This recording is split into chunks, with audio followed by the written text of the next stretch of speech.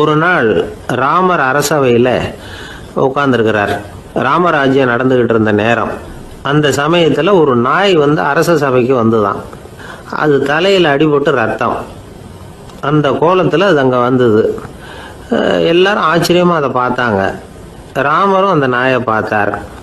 நீங்கள் வந்த காரியம் என்ன, என்ன நடந்தது, எதுவாக இருந்தாலும் பயப்படாமல் சொல்லு அப்படின்னார். உடனே அந்த நாய் மெதுவாக சொல்ல ஆரம்பிச்சுதான். ஐயா, நான் தெருவில் போய்கிட்டு இருந்தேன். வழியில் ஒருத்தர் வந்தார். அவர் வேத சாஸ்திரம்லாம் படித்த பெரியவர். அவர் எந்த காரணமும் இல்லாமல் அவர் கையில் வச்சிருந்த குச்சியால் என் தலையில் அடிச்சுட்டார். அதுதான் தலையில் ரத்தம். இதை நீங்கள் விசாரித்து தகுந்த தீர்ப்பு வழங்கணும் அப்படின்னு தான் அந்த நாய். ராமர் பார்த்தார். உடனே தன்னுடைய காவலர்களை அனுப்புனார். அந்த ஆளை எங்கே இருந்தாலும் போய் கொண்டுகிட்டு வாங்க அப்படின்னு விட்டார். காவலர்கள் போனாங்க. அந்த ஆளை பிடிச்சி கொண்டு வந்துட்டாங்க. அரண்மனைக்கு வா அப்படின்னு சொல்லி கூப்பிட்டுட்டு வந்துட்டாங்க. என்ன நடந்ததுன்னு விசாரித்தார் ராமர். அதுக்கு அந்த ஆள் சொன்னார், நான் வீதி வழியாக வந்துக்கிட்டு இருந்தேன். குறுக்க இந்த நாய் வந்தது. நான் அவசரமாக போய்கிட்டு இருந்தேன். இது எனக்கு வழி விடாமல் குறுக்க பூந்து இடைஞ்சல் பண்ணிச்சு. எனக்கு கோபம் வந்துட்டுது. அதனால் அடிச்சுட்டேன். வேத சாஸ்திரம் படித்த நான் என் வசம் இழந்து கோபப்பட்டது பெரிய தப்பு தான். அதை நான் ஒத்துக்கிறேன். குற்றத்தை ஒப்புக்கொள்கிறேன். எனக்கு என்ன தண்டனை கொடுக்கணுமோ அதை கொடுங்க, ஏற்றுக்கிறேன் அப்படின்னு விட்டார். சரி, இப்போ அந்த ஆளுக்கு தண்டனை கொடுக்கணும். என்ன தண்டனை கொடுக்கறது யோசனை பண்ணார் ராமர். அதையும் அந்த நாய்கிட்டே கேட்டார். நீயே சொல்லு, என்ன தண்டனை கொடுக்கலாம் இவருக்கு அப்படின்னார். இதுக்கு அந்த நாய் என்ன சொல்லிச்சு தெரியுமா? இவரை ஏதாவது ஒரு கோயிலுக்கு தர்மகர்த்தாவாக நியமனம் பண்ணி விடுங்க, அதுதான் இவருக்கு சரியான தண்டனை அப்படின்னது. இதை கேட்டதும் ராமர் முகத்தில் புன்னகை. ஆனால் அங்கே இருந்த மற்றவங்களுக்கெல்லாம் ஆச்சரியம். அது எப்படி, தப்பு செஞ்சவங்களுக்கு தண்டனை கொடுக்கறது தானே நியாயம், அதை விட்டுட்டு தர்மகர்த்தா பதவியை கொடுக்க சொல்லுது இந்த நாய் அப்படிங்கிற ஆச்சரியம். இந்த சந்தேகத்தை அந்த நாய்கிட்டே கேட்டாங்க அங்கே இருந்தவங்க. இதுக்கு அந்த நாய் பதில் சொல்லிச்சான். நான் போன பிறவியில் ஒரு கோயிலுக்கு தர்மகர்த்தாவாக இருந்தேன். எவ்வளவோ கவனமாக எச்சரிக்கையாக தான் என்னுடைய கடமைகளை எல்லாம் செஞ்சுக்கிட்டு வந்தேன். அப்படி இருந்தாலும் சில சமயங்களில் என்னையும் மீறி கோயில் செல்வத்தை நான் அனுபவிக்கிறதுக்கு காரணம் ஆயிட்டேன். ஒரு கோவிலுக்கு தர்மகர்த்தாவாக இருக்கிறவங்க எப்படியும் இந்த பாவத்திலேருந்து தப்பிக்கிறது கஷ்டம். அதனால தான் நான் இந்த பிறவியில் நாயாக பிறந்து இப்படி கஷ்டப்படுறேன். இதே நிலைமை இந்த ஆளுக்கும் ஏற்படணும் அப்படிங்கிறதுக்காக தான் அவரையும் ஒரு கோயிலுக்கு தர்மகர்த்தாவை நியமிக்கும்படி கேட்டுக்கிட்டேன் அப்படின்னு தான் இந்த நாய். இதிலேருந்து என்ன தெரியுது? எந்த பதவியில் நாம் இருந்தாலும் நமக்கு தெரியாமல் கூட அதை தவறாக உபயோகப்படுத்தக்கூடாதுங்கிறத இதிலேருந்து புரிஞ்சுக்கணும். இல்லைன்னா அடுத்த பிறவியில் நாயாக பிறந்து எங்கேயாவது போய் வாழை ஆட்டிட்டு நிற்க வேண்டியது தான். கோவில் வாசலில் 2 நாய் பேசிக்கிட்டு இருந்துதான். போன ஜென்மத்தில் நான் மனுஷனாக தான் இருந்தேன். ஒரு கோவில் பூசாரி பேச்சை கேட்டுவிட்டு அவரோட கூட்டு சேர்ந்துக்கிட்டு ஆண்டவன் போட்டிருந்த நகையெல்லாம் அபகரித்து என்கிட்ட கொடுத்தாரு அவர். நான் எடுத்துகிட்டு வந்துட்டேன். திருடினது அந்த ஆள் தான், எடுத்துக்கிட்டு வந்தது தான் நான். இருந்தாலும் நான் மட்டும் நாயாக பிறந்துட்டேன். இப்போ மட்டும் அந்த பூசாரி என்கிட்ட மாட்டினா கடித்து குதறி விடுவேன் அப்படின்னு தான். அவசரப்பட்டு அப்படி செஞ்சுடாதே. பதிலுக்கு அவரும் உன்னை திருப்பி கடித்தாலும் கடிச்சிருவார். ஏன்னா அவரும் இப்போ ஒரு நாயாக தான் பிறந்திருக்கிறார் அப்படின்னு தான். இன்னொன்று, அது எப்படி உனக்கு தெரியும்னு தான். இது நான் தானே அது அப்படின்னு தான் அந்த நாய். ஒருத்தர் ஒரு தவறு செஞ்சு விடுறாருன்னு வச்சுக்கங்க. உடனே நீ செஞ்சது தவறு அப்படின்னு சொல்கிறது ஒரு வகை. அதுக்கு பதிலாக எது சரின்னு அவர் புரிந்து கொள்ள உதவி செய்கிறது இன்னொரு வகை. இந்த 2வது வகை இருக்கு பாருங்க, நிர்வாக இயலில் இது ரொம்ப முக்கியம். அலுவலகத்தில் வேலை பார்க்குற ஒருத்தர் முக்கியமாக தெரிஞ்சுக்க வேண்டியது என்ன தெரியுமா? சக ஊழியர்கள்கிட்ட எப்படி பழகணும், மேலதிகாரிகள்கிட்ட எப்படி பழகணும், தனக்கு கீழே வேலை செய்கிறவங்க கிட்ட எப்படி பழகணும், வாடிக்கையாளர்கள்கிட்ட எப்படி பழகணும், இவங்க எல்லார்கிட்டையும் செம்மையான உறவை ஏற்படுத்திக்கிறது எப்படி. இதையெல்லாம் சொல்லிக் கொடுக்குற பாடம் தான் இன்டர் பர்சனல் ஸ்கில், திறமையான உறவு அப்படிங்கிறது. எந்த வேலையில் இருந்தாலும் சரி, இந்த உறவுகளை வளர்க்கும் திறன் உள்ளவங்க சீக்கிரம் முன்னுக்கு வந்துடுறாங்க. மற்றவங்க கிட்ட உறவை பலப்படுத்திக்கிறது எப்படி அப்படின்னு தெரிஞ்சுக்கிட்டோம்னா எந்த ஒரு தடையையும் சுலபமாக தாண்டி செய்கிற தொழிலில் முன்னுக்கு வந்துடலாம். ஹார்வர்டு பல்கலைக்கழகத்தில் ஒரு கணக்கெடுப்பு பண்ணி பார்த்தாங்களாம். பார்க்கிற வேலையில எது மாதிரி குணாதிசயம் உள்ளவங்க வேகமா முன்னுக்கு வர்றாங்க அப்படின்னு தெரிஞ்சுக்கிறதுக்காக இந்த கணக்கெடுப்பு. வெவ்வேறு துறையில வேகமா முன்னுக்கு வந்திருக்கிற பல பேரை சந்திச்சு இந்த சர்வேயை நடத்தி இருக்கிறாங்க. அவங்க கண்டுபிடிச்சு சொல்லியிருக்கிற உண்மை என்ன தெரியுமா? ஒருத்தர் ஒரு வேலையில இருந்தா அது சம்பந்தப்பட்ட சப்ஜெக்ட் பற்றிய அறிவு 35% இருந்தா போதுமா. ஆனா உறவுகளை வளர்க்கக்கூடிய திறன், இன்டர் பர்சனல் ஸ்கில் 65% வேணும். இப்படி உள்ளவங்க சீக்கிரம் முன்னுக்கு வந்துடுறாங்களாம். அதனால ஒருத்தருக்கு வேலை சரியா புரியலைன்னா கூட விவரமா மற்றவங்க கிட்ட பழகிறது எப்படின்னு புரிஞ்சா போதும், அவர் முன்னுக்கு வந்துடலாம். அலுவலகங்களில் மட்டும் இல்லை, எல்லா இடங்கள்லையும் இது ரொம்ப முக்கியம். வீட்டுக்குள்ளேயும் இது ரொம்ப முக்கியம், வீட்டுக்கு வெளியேயும் இது முக்கியம். அடுத்தவங்க கிட்ட பழகிறது எப்படிங்கிறத தெரிஞ்சுக்காதவன் வாழ்க்கையில் முன்னேற முடியாது.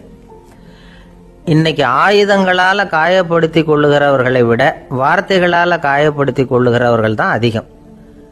பெரியவங்க என்ன சொல்றாங்க தெரியுமா? நீங்க இந்த பூமியில பிறந்ததன் அர்த்தம் பூர்த்தி ஆகணும்னா அடுத்தவங்களுக்கு உதவி பண்ணுங்க. அடுத்தவங்களுக்கு உதவி செய்ய முடியாவிட்டால் கூட பரவாயில்லை, ஆனால் யாரையும் புண்படுத்தி விடாதீங்க அப்படின்னு சொல்றாங்க.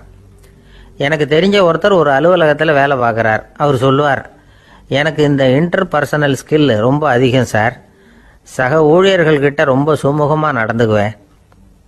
என் கூட வேலை பார்க்குற ஒருத்தருக்கு ஏதாவது ஒரு கஷ்டம்னா அந்த சமயத்தில் அவர் செய்ய வேண்டிய வேலையை நான் செஞ்சிருவேன் சார் அப்படிம்பார். நான் அவர்கிட்ட சமீபத்தில் அப்படி ஏதாவது செஞ்சுருக்கீங்களா அப்படின்னு கேட்டேன். செஞ்சுருக்கேன் சார். போன வாரம் புதன்கிழமை ஆஃபீஸில் என் பக்கத்து சீட்டுக்காரருக்கு வயிற்று வலி. உடனே நான் மெடிக்கல் லீவ் போட்டுவிட்டு எங்கள் வீட்டுக்கு போயிட்டேன் சார் அப்படின்னார். ஒரு நண்பர் அவசரமாக என்கிட்ட ஓடி வந்தார். அப்புறம் சொன்னார், என்னால் நம்பவே முடியல சார், என் பையனா இப்படி அப்படின்னு சொல்லி ஆச்சரியப்பட்டார். உங்கள் பையன் அப்படி என்னதான் செஞ்சுட்டான் அப்படின்னு கேட்டேன். என்னால் முடியாத ஒரு காரியத்தை அவன் செஞ்சுட்டான் சார் அப்படின்னார். அது என்னன்னு தான் சொல்லுங்களேன். என்ன 5வது வகுப்பில் அவன் ஒரே தடவையில் தேறிட்டான் சார். அதாவது ஒரே அட்டம்ப்டில் பாஸ் ஆகிருக்கான் அப்படின்னார் மூச்சு வாங்க. கஷ்டப்பட்டு பரீட்சை எழுதுனது அவன், இவருக்கு ஏன் மூச்சு வாங்குது? நம்மால் செய்ய முடியாத ஒரு காரியத்தை இன்னொருத்தர் செய்யும் பொழுது அது நமக்கு ஆச்சரியமாக இருக்குது. சர்க்கஸ் பார்க்குறோம், ஒருத்தர் அந்த இடத்துல தொங்குறார், அது நமக்கு ஆச்சரியம். ஏன்னா அது நம்மால் முடியாத காரியம். நம்மால் முடியாத ஒன்றை அடுத்தவர் எளிதாக செய்யும் பொழுது நாம் மருள்வது இயற்கை. இதை தான் தொல்காப்பியம் மருட்கை அப்படின்னு சொல்லுது. இந்த வியப்பு இருக்குதே, இது 4 வகையில் ஏற்படுறதாக தொல்காப்பியம் சொல்லுது. அது என்ன 4 வகை?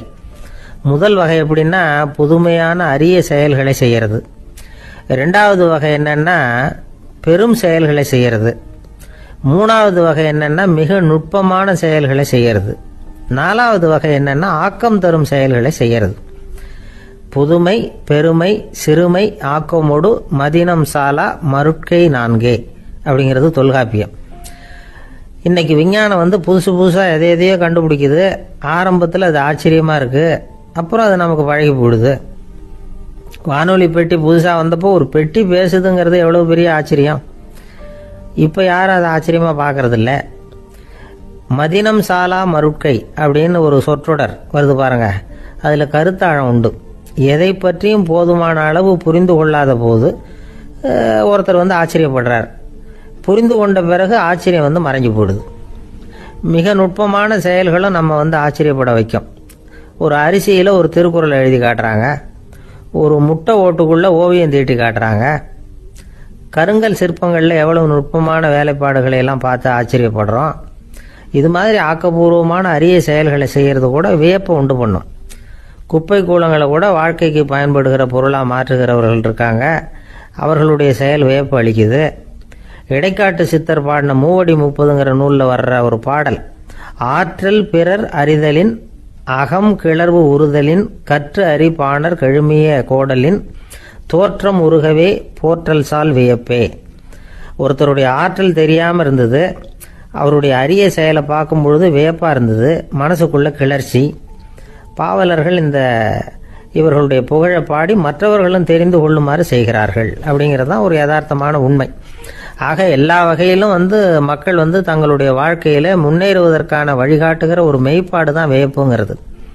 இந்த காலத்தில் நம்ம எப்படியெல்லாம் ஆச்சரியப்பட வைக்கிறாங்க.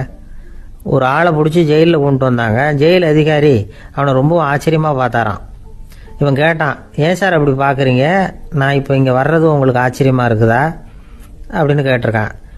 இதுக்கு ஜெயில் அதிகாரி சொல்லியிருக்கார், நீ இப்போ இங்கே வந்ததில் எனக்கு ஒன்றும் ஆச்சரியம் இல்லைப்பா, ஏற்கனவே நீ இங்கேருந்து விடுதலையாகி போய் 6 மாதம் ஆச்சு, இவ்வளவு லேட்டாக வர்றியா, அதுதான் எனக்கு ஆச்சரியமாக இருக்குது அப்படின்னாராம். ஒரு அம்மா தெருவில் உட்காந்து என்னத்தையோ தேடிட்டு இருக்கிறாங்க. அந்த அம்மா ஒரு சூஃபி ஞானி. அவங்க பேர் என்னன்னா ரபியா அல் அடாவியா. அந்த அம்மாவுக்கு கண் கூட தெளிவாக தெரியாது. அந்த பக்கமாக வந்த சில பேர் இவங்களுக்கு உதவி செய்யறதுக்காக வந்தாங்க. என்ன தேடிட்டு இருக்கிறீங்க அப்படின்னு கேட்டாங்க. இதுக்கு அந்த அம்மா, அந்த கேள்வி அவ்வளோ முக்கியத்துவம் இல்லை, நான் தேடிட்டு இருக்கிறேன், உங்களால் முடிஞ்சால் எனக்கு உதவி பண்ணலாம் அப்படின்னாங்களாம். உதவி செய்ய வந்தவங்களுக்கு ஆச்சரியம். எதை தேடுறோங்கிறது தெரியாமல் இப்படி ஏன் நேரத்தை செலவழிக்கிறீங்க, நாங்கள் எப்படி உங்களுக்கு உதவ முடியும், எங்களுக்கு ஒன்றும் புரியலையே அப்படின்ட்டுருக்காங்க. சரி, உங்களை திருப்தி பண்ணுறதுக்காக சொல்கிறேன், ஒரு குண்டூசி தொலைஞ்சி போச்சு, அதை தேடுறேன் அப்படின்னாங்களாம் அந்த அம்மா. அதுக்கப்புறம் இவங்களும் சேர்ந்து தேட ஆரம்பிச்சிட்டாங்க. கொஞ்ச நேரம் ஆச்சு, ஒன்றும் கிடைக்கல. உதவி செய்ய வந்தவங்களும் அழுத்து போட்டாங்க. அப்புறம் கேட்டாங்க, பாருங்கம்மா, இது ரொம்பவும் பெரிய தெரு, அகலமான தெரு, அதனால் குறிப்பாக நீங்கள் எந்த இடத்துல அந்த குண்டூசியை தொலைச்சிங்க அதை சொல்ல முடியுமான்னாங்களாம். இதுக்கு அந்த அம்மா, நீங்கள் மறுபடியும் அர்த்தமில்லாத கேள்வியை கேட்குறீங்க, உங்கள் கேள்விக்கும் நான் தேடுறதுக்கும் என்ன சம்பந்தம்னாங்களாம். இதை கேட்டதும் அவங்க ஒரு மாதிரி ஆயிட்டாங்க. என்னம்மா நீங்கள் பைத்தியம் மாதிரி பேசுகிறீங்க அப்படின்னாங்களாம். சரி, உங்களை மறுபடியும் திருப்திப்படுத்துறதுக்காக சொல்கிறேன், அதை நான் எங்கள் வீட்டில் தொலைச்சுட்டேன் அப்படின்னாங்களாம். அப்புறம் எதுக்காக இங்கே வந்து தேடிட்டு இருக்கிறீங்க அப்படின்னு கேட்டிருக்காங்க. ஏன்னா இங்கே தான் வெளிச்சம் அதிகமாக இருக்குது, அங்கே வீட்டுக்குள்ளே இருட்டாக இருக்குது, அதனால் இங்கே வந்து தேடுறேன், வெளிச்சம் உள்ள இடத்துல தானே தேட முடியும் அப்படின்னாங்களாம் அந்த ஞானி. இந்த கதைக்கு என்ன அர்த்தங்கிறத பெரியவங்க சொல்கிறாங்க. அதாவது இந்த தேடுதல்ங்கிறது ஒரு வியாதி. அது நம்ம சதா அலைய வைக்கும், பைத்தியமாக மாற்றுறதுக்கு முயற்சி பண்ணோம். ஒரு காலம் அது நிறைவு அடையவே அடையாது. வாழ்வுங்கிறது ஒரு புரிந்து கொள்ள முடியாத சதா இயங்கி கொண்டிருக்கிற ஒரு செயல். அதுக்கு ஆரம்பமும் இல்லை, முடிவும் கிடையாது. எதையோ தேடணும் அப்படிங்கிற உந்துதல் நமக்குள்ளே இருக்கும், ஆனால் குறிப்பாக எதை தேடிட்டு இருக்கிறோம் அப்படிங்கிறது புரியாது. அப்படி ஏதாவது ஒன்றை தேடி அடைஞ்சிடுறோம்னு வச்சுக்கோங்க, உடனே ஒரு அதிருப்தி வந்துடும். அதனால் வாழ்க்கைங்கிறது சலிப்பு நிறைந்தது அப்படிங்கிற எண்ணத்தை உண்டாக்கிக்கிறோம். ஒன்று அடைஞ்சதுக்கு அப்புறம் இன்னொன்று தேட ஆரம்பிச்சிருவோம். ஆக இந்த தேடல்ங்கிறது நாம் ஒன்று அடைஞ்சாலும் அடையாவிட்டாலும் தொடர்ந்து நடந்துக்கிட்டு தான் இருக்கும். இதுக்கு முடிவே கிடையாது. இந்த உண்மையை நாம் நல்லா புரிஞ்சுக்கணும் அப்படிங்கிறது பெரியவங்களுடைய கருத்து. ஏழையும் தேடுறான், பணக்காரனும் தேடுறான், நோயாளியும் தேடுறான், நோய் இல்லாதவனும் தேடுறான், அதிகாரம் உள்ளவனும் தேடுறான், அதிகாரம் இல்லாதவனும் தேடுறான், முட்டாளும் தேடுறான், அறிவாளியும் தேடுறான். ஆனால் யாரும் இதை தான் தேடி சாதிக்க போகிறோம், இதுதான் முடிவு அப்படின்னு திட்டவட்டமாக சொன்னதில்லை. ஒன்று அடைஞ்சதும் இன்னொன்று தேட ஆரம்பிச்சிடுறாங்க, அவ்வளோதான். அதாவது உங்களின் தேடுபவர் உங்கள் உள்ளேதான் இருக்கிறார், அவரை தேடி கண்டுபிடியுங்கள். இதுதான் ஞானிகள் நமக்கு சொல்லுகிற ஒரு ஆலோசனை. நம்மால் ஒருத்தன் ஜெயிலில் இருந்தான். இன்னொரு கைதி அவனை பார்த்து கேட்டான், ஏன்பா உன்னை பார்க்கறதுக்கு வெளியிலேருந்து யாருமே இங்கே வர்றது இல்லையே, உனக்கு சொந்தக்காரங்களே கிடையாதா அப்படின்னு கேட்டானா. ஏன் இல்லை, எனக்கு சொந்தக்காரங்க நிறைய பேர் உண்டு, அவங்க என்னை பார்க்க வராததுக்கு காரணம் வேற அப்படின்ட்டுருக்கான் இவன். என்ன காரணம்னு கேட்டான் அவன். அதுக்கு இவன் சொன்னானா, அதுக்கு என்ன காரணம்னா அவங்க எல்லாரும் இங்கே உள்ளேயே இருக்கிறாங்க அப்படின்னானா. ஒரு ஆசாமி வேகமாக ஓடிக்கிட்டு இருந்தான். ஏன் இப்படி ஓடுறேன்னு கேட்டார் இன்னொருத்தர். அங்கே ஒரு ஆள் அடிபட்டு கிடக்கிறான், அதை பார்த்தேன், உடனே ஓடுறேன்னா.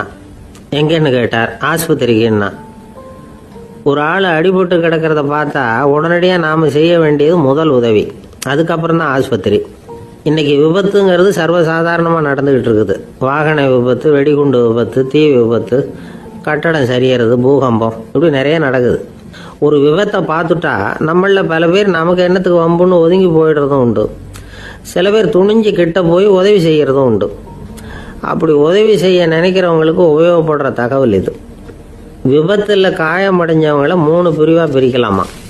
முதல் வகை கொஞ்சம் சீரியஸானது. உயிருக்கு உடனே ஆபத்து தரக்கூடியது. மூளை காயம், முகம், கழுத்து காயங்கள், இருதயம், நுரையீரல் காயங்கள், வயத்தில் உள்ளுறுப்பு காயங்கள், அதிகப்படியான இரத்தப்போக்கு, இதனால எல்லாம் பாதிக்கப்பட்டிருந்தால் அது முதல் வகை அப்படின்னு நாமளே மனசுக்குள்ளே முடிவு பண்ணிக்கணும். இவங்களுக்கெல்லாம் உடனடியாக முதல் உதவி கொடுக்கணும். தாமதப்படுத்தாமல் ஆஸ்பத்திரிக்கு கொண்டுகிட்டு போயிடணும். இப்படி கொஞ்சம் எச்சரிக்கையாக நடந்துக்கிட்டால் அவங்களில் பல பேரை காப்பாற்றி போடலாம். ரெண்டாவது வகை எப்படின்னா, முதல் உதவி விரைவாக கிடைச்சா உயிர் பிழைக்கக்கூடிய மார்பு காயங்கள், கைகால் எலும்பு முறிவு, இடுப்பு முதுகெலும்பு காயம், சீரான இரத்த சேதம், இப்படிப்பட்டவங்களை ரெண்டாவது வகையாக பிரிக்கணும். ஆபத்து இல்லாத சிராய்ப்புகள், சிறு காயங்கள், இரத்த உறைவுகள், இதனால் பாதிக்கப்படுறவங்க மூணாவது வகை. ஒருத்தர் தலையில் அடிபட்டு நினைவு விழுந்துட்டாருன்னு வச்சுங்க, அவருக்கு வாந்தி வர்றதுனால புறையேறி மூச்சு அடைப்பு உண்டாகும். இப்படி ஆகாமல் இருக்கிறதுக்காக தலையை ஒரு பக்கமாக சாய்ச்சி வைக்கலாம். நாடி துடிப்பையும் இதய துடிப்பையும் தொட்டு பார்க்கணும். அது குறைஞ்சிருந்தாலும் சரி, நின்று இருந்தாலும் சரி, அவர் மார்பை நிமிஷத்துக்கு 80 தடவை உள்ளங்கையால் அழுத்தி இதய துடிப்பை மீட்கிறதுக்கு உதவி பண்ணணும். கழுத்தில் காயம்பட்டாலும் ஆபத்து அதிகம். கழுத்துக்கு அடியில் ஒரு துண்டை மடித்து வைக்கலாம். 2 பக்கமும் சின்ன தலையணை அல்லது துணி மடிப்புகளை வச்சு கழுத்தை அதிகமாக அசையாமல் பார்த்துக்கலாம். முதுகெலும்பு முறிஞ்சிருக்குமோ அப்படிங்கிற சந்தேகம் இருந்ததுன்னா அவரை அதிகமாக அசைய விடக்கூடாது. அதிகமாக அசைஞ்சால் தண்டு இடத்துல பாதிப்பு ஏற்பட்டு கை கால் விளங்காமல் போயிடும். அவரை ஒரு கனமான போர்வை இல்லைன்னா பாயில் படுக்க வச்சு 4 பேர் மெதுவாக தூக்கி மருத்துவ உதவிக்கு அனுப்பி வைக்கலாம். கையெலும்பு முறிஞ்சிருந்தா முறிஞ்ச பாகத்தை உடம்போட சேர்த்து அசையாமல் கட்டி போடலாம். கால் எலும்பு முறிஞ்சிருந்தா மற்ற காலோட சேர்த்து கட்டி போடலாம். முறிஞ்ச பாகம் தொங்காமல் பார்த்துக்கணும். அப்போ தான் வீக்கம் உண்டாகாமல் இருக்கும். வெட்டு காயம், குண்டடிப்பட்ட காயம், இதில் எல்லாம் ரத்தப்போக்கு அதிகமாக இருக்கும். ரத்தம் வெளியேற ஆபத்து அதிகம். சுத்தமான துணியை பல மடிப்புகளை மடித்து காயத்தின் மேலே வச்சு அழுத்தமாக ஒரு 10 நிமிஷம் பிடிச்சிக்கணும். ரத்தம் நின்ன உடனே காயத்துக்கு கட்டு போடலாம். சில சமயம் காயம்பட்ட பாகத்தை உயரமாக தூக்கி பிடிச்சிக்கிட்டா தான் ரத்த கசிவு நிற்கும். இந்த விவரங்களையெல்லாம் கொஞ்சம் மனசில் வாங்கி வச்சுக்கிட்டோம்னா சமயத்தில் உதவும். ஏன்னா இந்த காலத்தில் விபத்து எந்த ரூபத்தில் எப்போ வரும்னு யூகிக்கவே முடியல. நண்பர் ஒருத்தர் சொன்னார், நேற்றுக்கு பாருங்கள் சார், என் கண்ணு முன்னாடியே ஒரு சின்ன விபத்து நடந்ததுன்னார். என்னன்னு விசாரித்தோம். ஒரு பஸ்ஸில் வந்துக்கிட்டு இருந்தேன். அந்த பஸ்ஸில் பின்பக்கம் படி ஓரமாக நின்றுக்கிட்டு இருந்த ஒருத்தர் ரோட்டில் விழுந்துட்டார். டிரைவர் அதை கவனிக்கலை, நிறுத்தாமல் அவர் பாட்டுக்கு போகிறாருனார். கண்டக்டர் உடனே விசில் கொடுத்து பஸ்ஸை நிறுத்த வேண்டியது தானே அப்படின்னோம். அதுதான் சார் முடியாமல் போச்சுன்னார் அவர். ஏன்னு கேட்டாங்க. தவறி கீழே விழுந்ததே அந்த கண்டக்டர் தான் சார் அப்படிங்கிறார். ஒரு சீன தேசத்து அரசர் இருந்தார். அவருக்கு வயசாயிட்டுது. அவருக்கு அடுத்தபடியாக அவருடைய புள்ள பட்டத்துக்கு வரணும், ஆட்சி பொறுப்பை ஏற்றுக்கணும். ஒரு நல்ல தலைவனுக்கு இருக்க வேண்டிய பண்புகள்லாம் தன்னுடைய மகனுக்கு இருக்கணும்னு விரும்பினார் அந்த அரசர். அதனால் இளவரசனை பக்கத்தில் இருந்த ஒரு குரு கிட்ட அனுப்புனார். இளவரசன் அவர்கிட்ட போய் சேர்ந்தான். அந்த குரு என்ன பண்ணார் தெரியுமா? இவனை பார்த்து சொன்னார், இதை பாருப்பா, நீ என்ன பண்ணுற, இப்போவே பக்கத்தில் இருக்கிற காட்டுக்கு போ, நடு காட்டில் போய் ஒரு இடத்துல உட்காந்துக்கோ. அங்கே என்னென்ன சத்தம்லாம் உன் காதில் விழுதுன்னு கவனிச்சு கேளு. உன் காதில் விழுந்த ஓசைகள் என்னென்னங்கிறத என்கிட்ட சொல்லு, அதுதான் எனக்கு தெரியணும், உனக்கு வேலையும் அதுதான் அப்படின்னு சொல்லி அனுப்பி வச்சுட்டார். இளவரசன் காட்டுக்கு போனான். குரு சொன்னபடியே ஒரு இடத்துல உட்காந்து கவனித்து கேட்டான். அதுக்கப்புறம் குரு கிட்ட திரும்பி வந்தான். என்னென்ன சத்தம்லாம் கேட்ட அப்படின்னு கேட்டார் குரு. குருவே, காட்டில் நான் பறவைகள் சத்தம்லாம் கேட்டேன், மிருகங்களின் ஓசையையும் கேட்டேன், இதை தவிர இடி, மின்னல், மழை இதுகளோட சத்தத்தையும் கேட்டேன் அப்படின்னா. குரு யோசனை பண்ணார், நீ இன்னமும் சரியாக கேட்கல, அதனால் மறுபடியும் காட்டுக்கு போ, கொஞ்ச நாள் தங்கி இருந்து கேட்டுட்டு வா அப்படின்னார். இளவரசனுக்கு ஒன்றும் புரியல. இருந்தாலும் குருவின் கட்டளையாச்சே, மறுக்க முடியுமா? உடனே அவன் மறுபடியும் காட்டுக்கு போனான். ஒரு இடத்துல உட்காந்தான். கொஞ்ச நேரம் உன்னிப்பாக கவனித்து கேட்டான். சில நாள் கழித்து குரு கிட்ட திரும்பி வந்தான். குருவே, இந்த தடவை சில துல்லியமான சத்தங்களை எல்லாம் கேட்டான். தேனி பறக்கிற சத்தம், நீரோடையின் மெல்லிய ஓசை, இதெல்லாம் கேட்டேன்னா. குரு சிரிச்சார். நீ மறுபடியும் காட்டுக்கு போ, இன்னும் சில நாள் அங்கே இரு, முழுமையாக கவனமாக கேட்டுட்டு வா அப்படின்னு சொல்லி அனுப்பி வச்சுட்டார். இளவரசனுக்கு குழப்பம் அதிகமாயிட்டுது. ஒன்றுமே புரியல. மறுபடியும் காட்டுக்கு போனான். மௌனமாக ஒரு இடத்துல உட்காந்துட்டான். அப்படியே தியானத்தில் ஆழ்ந்துட்டான். சில நாளில் அவனுக்கு இதுவரை கேட்காத ஓசைகள்லாம் கேட்க ஆரம்பிச்சிட்டுது. இதைத்தான் நான் கேட்கணும்னு என்னுடைய குரு எதிர்பார்த்துருக்கிறாருங்கிறத புரிஞ்சுக்கிட்டான். உடனே குரு கிட்ட ஓடனான். குருவே, இந்த தடவை காதுகளுக்கு கேட்க முடியாத சில ஓசைகளை கூட என்னால் உணர முடிஞ்சுது. பூ மலருகிற ஓசை, சூரியனால பூமி சூடாகிறப்ப எழுகிற ஓசை, காலை பனித்துளி இந்த புல்லுலாம் குடிக்கிற ஓசை, இது எல்லாம் என்னால் நல்லா கேட்க முடிஞ்சுது அப்படின்னா. குருவுக்கு இப்போதான் திருப்தி ஏற்பட்டுதான். இளவரசனை பார்த்து சொன்னார், இதை பாருப்பா, இப்போதான் நாட்டை ஆளுகிற தகுதி உனக்கு வந்திருக்குது அப்படின்னு சொல்லி அதுக்கு விளக்கமும் கொடுத்தாராம். எந்த அரசன் தன்னுடைய மக்களின் இதயம் பேசுகிற மௌன மொழியை, மௌன வார்த்தைகளை கேட்குறானோ அவன் தான் ஆள தகுதி உள்ளவன். எந்த அரசன் தன்னுடைய மக்களின் உணர்ச்சிகளை உண்மையாக உணர்றானோ அவன் தான் முதன்மையான அரசன். போலி வார்த்தைகளை மட்டும் கேட்டுட்டு பல மௌன ராகங்களை காதில் வாங்கிக்காதவன் அரசனே இல்லை.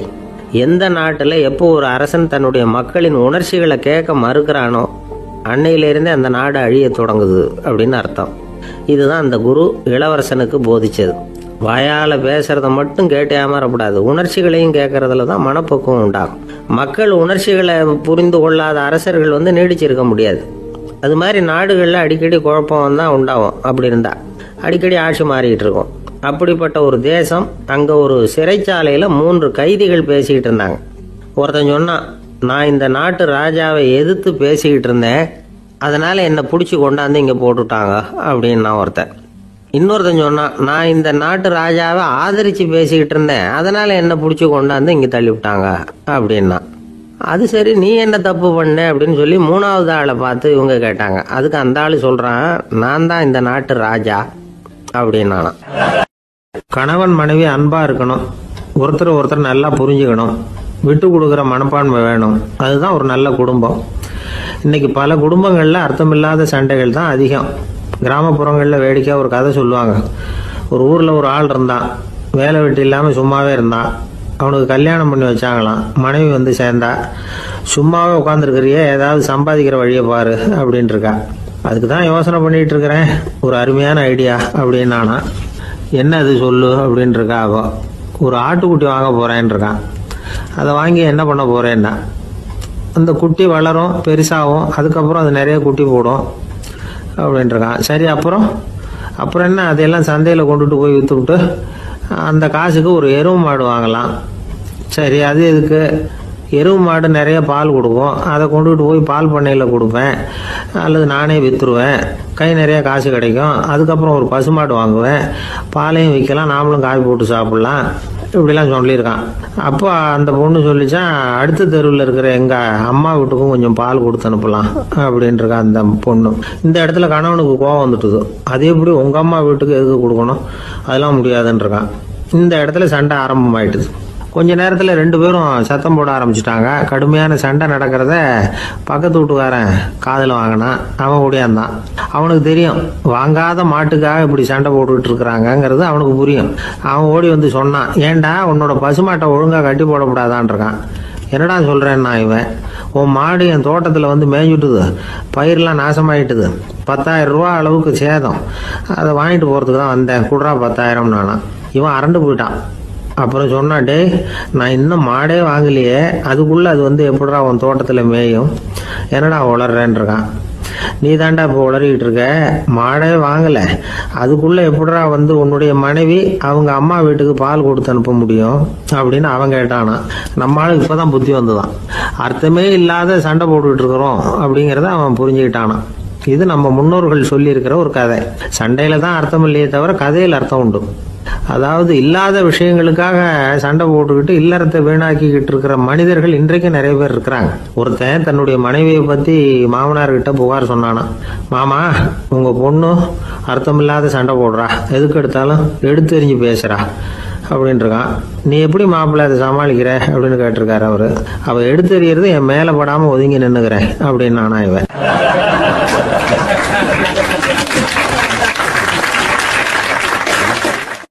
இந்த காலத்து புள்ள ஒருத்தன் தன்னோட அப்பாவை பார்த்து சொன்னான், அப்பா, நான் உனக்கு உதவி செய்யலாம்னு நினைக்கிறேன், என்ன உதவி செய்யணும்னு சொல்லு அப்படின்னா. நீ சும்மா இருந்தால் அதுவே எனக்கு செய்கிற பெரிய உதவிடா அப்படின்னார் அப்பா. சும்மா இருக்கிறதும் ஒரு உதவி தான், அது மாதிரி மௌனமும் ஒரு சமூக சேவை தான் அப்படிங்கிறார் காஞ்சி பெரியவர். நமக்கு 5 புலன்கள் இருக்குது, மெய், வாய், கண், மூக்கு, செவி. இந்த 5லேயும் அதிகப்படியான வேலை எதுக்குன்னு நினைக்கிறீங்க? வாய்க்கு தான். ஏன்னா அதுக்கு 2 வேலை. இப்போ கண்ணுக்கு பார்க்குறது மட்டும்தான் வேலை, காதுக்கு கேட்குறது மட்டும்தான் வேலை. மூக்குக்கு வாசனை அறியறது தான் வேலை, உடம்புக்கு உணர்றது மட்டும்தான் வேலை. ஆனால் வாய் அப்படி இல்லை, அதுக்கு 2 வேலை. சாப்பிட்றதும் அதுதான், பேசுகிறதும் அதுதான். அதாவது வாய் ஒன்று தான் கர்மேந்திரியமாகவும் இருக்குது, ஞானேந்திரியமாகவும் இருக்குது அப்படின்னு சொல்லுவாங்க. சாப்பாட்டில் உட்காந்தா எந்தெந்த ஆகாரம் என்னென்ன ருசின்னு அறிவிக்கிற வேலையும் செய்யுது. சபையில் உட்காந்தா பாடுறது, பேசுறது, சிரிக்கிறது, இது மாதிரியான வேலையும் செய்யுது. இன்னொரு வித்தியாசம், கண்ணு காது மூக்கெல்லாம் ஸ்ட்ரெயின் பண்ணிக்கிட்டு வேலை செய்கிறதில்ல. ஒரு ரோஜா பூ பார்த்தா உடனே மூக்கு அப்படியும் இப்படியும் அசைய ஆரம்பிக்கிறது இல்லை. ஒரு சங்கீதத்தை கேட்ட உடனே காது ஆட ஆரம்பிக்காது. ஆனால் வாய் அப்படி இல்லை, அது பேசினாலும் சரி சாப்பிட்டாலும் சரி அசைஞ்சு தான் ஆகணும். ஆக மற்றதை விட வாய்க்கு வேலை ஜாஸ்தின்னு தெரியுது. சாப்பிட்றது பேசுறது அப்படின்னு 2 காரியம் அதுக்கு. இப்படி 2 காரியம் இருக்கிறதுனால அது 2ஐயும் பாதியாக குறைச்சிக்கணுங்கிறது கடவுள் அபிப்பிராயமாக இருக்கணும் அப்படிங்கிறார் காஞ்சி பெரியவர். ஆனால் இப்போ நாம் அப்படியா நடந்துக்கிறோம்? அதுக்கு நேர்மாறாக நடந்துக்கிறோம். நாம் சாப்பிட்றதும் அதிகம், பேசுகிறதும் அதிகம். 2 வேலையையும் தேவைக்கு அதிகமாகவே செய்கிறோம். வாய் தான் ரொம்ப ஓவர் ஒர்க்குடு. அதுக்கு ஓய்வு கொடுத்தா உடம்பும் நல்லாயிருக்கும், உலகமும் நல்லாயிருக்கும். மௌன விரதம் இருக்கிறதெல்லாம் எதுக்காக நினைக்கிறீங்க? இதுக்காக தான். இந்த காலத்தில் மௌனமாக இருக்கிறவங்கெல்லாம் மகத்தான தொண்டு செய்கிறாங்க அப்படின்னு தான் சொல்லணும். சத்தம் அதிகமாக போய் தான் சவுண்டு பொல்யூஷன் வருது. அது மட்டும் இல்லை, மௌனமாக இருந்தால் சண்டை சச்சரவே வராது. மௌனம் கலக நாஸ்தி. ஆக இதுவும் ஒரு சமூக சேவை தான். நமக்கு தான் வாய் இருக்குதுங்கிறதுக்காக வசமாக சாப்பிட்றதும் தப்பு, வளவளன்னு பேசுகிறதும் தப்பு. ஒரு கருத்தை சொல்கிறதுக்கு ஒரே ஒரு சொல்லு போதும் அப்படின்னு இருக்கும்பொழுது 2 சொற்களை செலவு பண்ணாதே. எவ்வளவு சொன்னாலும் அதனால் ஒரு பயனும் விளையாது அப்படின்னு தெரிய வருமேயானால் அந்த ஒரு சொல்லையும் விரயம் பண்ணாதே அப்படிங்கிறார் ஒரு அறிஞர். எல்லா குணங்கள்லேயும் மௌனம்தான் சிறந்தது அப்படிங்கிறார் ஒருத்தர். மௌனமாக இருக்கிறது மூலமாக மற்றவர்கள் குறைகளை நம்மளால் தெரிஞ்சிக்க முடியும். அதே சமயத்தில் நம்மகிட்ட இருக்கிற குறைகளை மற்றவங்களுக்கு தெரியாமல் மறைச்சிக்கவும் முடியுங்கிறார் அவர். உண்மைதானே? ஒரு பெரிய மேடை பேச்சாளர், பொது வாழ்க்கையில் 25 வருஷ காலமாக ஈடுபட்டிருக்கிறவர். அவர் மனைவி ஒரு நாள் சொன்னாங்க, எங்கள் வீட்டுக்காரர் 25 வருஷ காலமாக பொது வாழ்வில் ஈடுபட்டிருந்தா கூட இந்த மாதம் 10ஆம் தேதியிலிருந்து தான் மக்களுக்கு சேவை செய்ய ஆரம்பிச்சிருக்கார் அப்படின்னு நாங்கள் ரொம்ப பெருமையாக. 10ஆம் தேதிக்கு அப்படி என்ன விசேஷம் அப்படின்னு கேட்டோம். அன்னையிலேருந்து தான் அவர் மேடையில் பேசுகிறத நிறுத்தினார் அப்படின்னாங்க அந்த அம்மா. ஒரு நண்பர், அவர்கிட்ட பேசிக்கிட்டு இருந்தேன். மனித உறவுகள் பற்றி அவர் சொல்லிகிட்டு இருந்தார். அமெரிக்காவில் தந்தை மகன் உறவு எப்படி இருக்குது அப்படிங்கிறத விளக்கிறதுக்கு அவர் ஒரு கதையை சொன்னார். ஒரு அப்பா பகல் பூராவும் அலுவலகத்தில் வேலை, ஓடி ஆடி உழைச்சிக்கிட்டு களைச்சி போய் ராத்திரி 10 மணிக்கு மேலே வீடு திரும்பினான். வீட்டு வாசலில் அவரோட மகன் காத்துக்கிட்டு இருக்கிறான், இன்னமும் தூங்கலை. அப்பா வாசல்லையே தடுத்து நிறுத்தி, அப்பா உனக்கு சம்பளம் எவ்வளவு அப்படின்னு கேட்குறான். ஏற்கனவே ஆஃபீஸ் பிரச்சனைகளால் அழுத்து போய் திரும்புகிற அப்பாவுக்கு கோவம் வந்துடுது. என்னடா இப்படிலாம் கேளுன்னு உங்கள் அம்மா உனக்கு சொல்லி கொடுத்தாளா அப்படின்னு சொல்லிவிட்டு உள்ளே போய் சட்டையை கட்டி மாட்டி விட்டு குளிச்சு விட்டு மறுபடியும் வெளியில் உடையை மாற்றுகிற சமயம் அப்போ மறுபடியும் மகன் உள்ளே நிற்கிறான் அவர் முன்னாடியே. அப்பா உனக்கு எவ்வளவு சம்பளங்கிறான் மறுபடியும். அப்பாவுக்கு எரிச்சல் அதிகமாகிட்டுது. மணிக்கு $20 போதுமா அப்படின்னார். அப்படின்னா எனக்கு ஒரு $10 தர முடியுமான்னா மகன். இதுக்கு தான் என் சம்பளம் எவ்வளவுன்னு கேட்டியா? 2ஆம் வகுப்பு படிக்கிற உனக்கு எதுக்குடா $10 அப்படின்னு கத்திவிட்டு தொலைக்காட்சி பெட்டியின் முன்னாடி போய் உட்காந்துக்கிட்டு ஏதோ நிகழ்ச்சியை பார்க்க ஆரம்பிச்சுட்டார். கொஞ்ச நேரம் கழித்து மறுபடியும் மகன் நிற்கிறான். அப்பா ப்ளீஸ் எனக்கு ஒரு $10 கொடுக்க முடியுமா? மகனுடைய கண்களில் கண்ணீர். என்னடா அவன் கண்ணீரை காட்டி காரியம் சாதிக்கலாம்னு பார்க்குறியா? ஒரு காசு கூட கொடுக்க மாட்டான் போ அப்படின்னு விரட்டி விட்டான். மகன் கண்ணீரை தொடச்சிக்கிட்டே கண்ணை தொடச்சிக்கிட்டு பேசாமல் போய் படுத்துக்கிட்டானா. கொஞ்ச நேரம் ஆச்சு. அப்பாவோட கோபம் கொஞ்சம் கொஞ்சமாக குறைஞ்சிது. பிள்ளைகிட்ட கோபமாக கத்துனது தப்பு தாங்கிறது புரிஞ்சுது அவனுக்கு. எழுந்திரிச்சு போனான், படுக்கை இறக்கி போனான். மகனை பார்த்தான். அவன் தலையணையை கட்டி பிடிச்சிக்கிட்டு அழுதுகிட்டு இருக்கிறான். அவனை மெல்ல நெருங்கி அவங்ககிட்ட எதமாக பேசுகிறதுக்கு ஆரம்பித்தானான். எதுக்குடா அவனுக்கு $10 பள்ளிக்கூடத்தில் கேட்டாங்களா அப்படின்னு கேட்டானான். மகன் சொல்லியிருக்கான், இல்லை டாடி, உனக்கு 1 மணி நேரம் சம்பளம் $20ன்னு சொன்னேன். நீ ஏற்கனவே எனக்கு கொடுத்த பாக்கெட் மணி $10 என்கிட்ட இருக்குது. இப்போ நீ இன்னொரு $10 கொடுத்தீங்கன்னா அதையும் சேர்த்து $20 ஆகிடும். அந்த $20 நான் உனக்கு கொடுத்துருவேன். அப்படி கொடுத்தா நீ என் கூட 1 மணி நேரம் செலவழிப்ப இல்லையா? அதுக்காக தான் $10 கேட்டேன் அப்படின்னு சொன்னானான். அந்த அப்பா கண்ணு கலங்கி போச்சான். ஆதரவோடு தன்னுடைய மகனை கட்டி பிடிச்சி அழ ஆரம்பிச்சிட்டாராம். இதுதான் நண்பர் சொன்ன கதை. அமெரிக்கா மட்டும் இல்லை, உலகம் பூராவும் இன்றைக்கி மனித உறவுகள் இப்படி தான் மாறிட்டு இருக்கு. பெரியவர்கள் அறிவுரை என்ன தெரியுமா? உங்கள் குழந்தைகளிடமிருந்து குழந்தை பருவத்தை பிரித்து விடாதீர்கள் அப்படிங்கிறது தான். அதாவது இன்றைய குழந்தைகள் தங்கள் பிருந்தாவனத்தை இழந்து விடுகிறார்கள் அப்படிங்கிறது அவங்களுடைய கருத்து. இந்த நிலைக்கு நாம் காரணமாக இருந்துடக்கூடாது. குழந்தைகளோட விளையாடுவோம், குடும்பத்தோடு உறவாடுவோம் அப்படிங்கிறது தான் நம்முடைய நோக்கமாக இருக்கணும். இன்றைய உறவு முறைக்கு இன்னொரு உதாரணம் சொல்லுவாங்க. ஒருத்தர் வந்தாராம், அவர் பக்கத்தில் ஒரு சின்ன பையன். நாம் அவரை விசாரிக்கிறோம், யார் இந்த பையன் அப்படின்னா அவர் சொல்கிறார், இவன் எனக்கு தூரத்து உறவு அப்படின்னாராம். இந்த தூரத்து உறவுன்னா எப்படின்னு இருக்கான். இதுக்கு அவன் சொல்லியிருக்கிறான், இவன் எங்கள் அப்பாவுக்கு 8வது புள்ள அப்படின்னானான்.